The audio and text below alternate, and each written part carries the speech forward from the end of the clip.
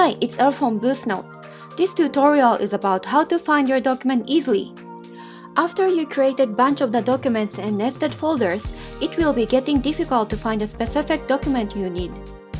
That is the moment for the search bar to shine. Alright, let's get started. Did you know that there is a search bar at top left corner? We put a bit more useful features to this search bar, so let's check it out. If you click the search bar, you will see this modal. There is a list of recently visited documents and keywords you used before.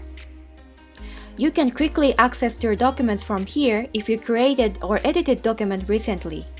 If you couldn't find from this search history, you can also type the keyword of the document or folder you want to find.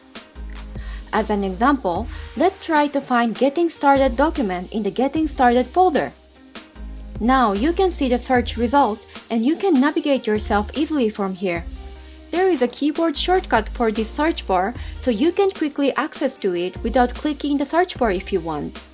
It's Command P for Mac and Control P for Windows and Linux.